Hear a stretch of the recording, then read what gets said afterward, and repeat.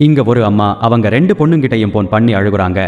என்ன ஆச்சு அம்மா ன்னு அவங்க பொண்ணுங்க பதட்டமாகி கேட்குறாங்க. அதுக்கு அந்த அம்மா, நான் நம்ம எதிர் வீட்டு குப்தாவை கொலை பண்ணிட்டேன்னு சொல்றாங்க.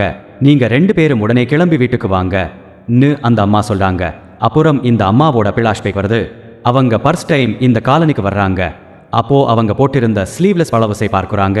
அதை பார்த்து மயங்கித்தான் அவங்க ஹஸ்பண்ட் அவங்களை கல்யாணம் பண்ணி இருப்பாரு. அவங்க எதிர் வீட்டுல நல்ல பாடியோட ஒருத்தர் எக்ஸர்சைஸ் பண்ணுவாரு. அவங்களை இவங்க சும்மா கேலி பண்ணுவாங்க. அவர்தான் இந்த குப்தா. தினமும் இவங்க பாக்குறாங்க. அவங்க தினமும் காலையில அவங்க ஹஸ்பண்டுக்கு ஆயில் மசாஜ் பண்ணி விடுவாங்க. அதை வேடிக்கை பார்க்கவே காலனி புல்லா அங்கே வந்து நிற்கும். அப்புறம் ஒரு நாள் அவங்க புருஷன் திடீர்னு கரண்ட் ஷாக் அடிச்சு பரிதாபமா செத்து போயிடுறாரு. அங்க எல்லாரும் வந்து தங்களோட இரங்கலை தெரிவிக்கிறாங்க. அப்புறம் இந்த அம்மாவோட பொண்ணுங்க 2 பேரும் வீட்டுக்கு வந்துடுறாங்க. அவர் ஏன் இங்க வந்தாரு, எப்படி இதெல்லாம் நடந்துச்சு ன்னு அவங்க அம்மாவிடம் ரொம்ப விவரமாக கேட்குறாங்க.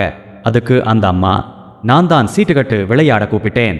வந்தவர் என்கிட்ட தப்பா நடக்க முயற்சி பண்ணாரு பாங்க. அப்புறம் ஒரு போலீஸ் வீட்டுக்கு வெளியில வர அவங்க பொண்ணு பயப்படுறா.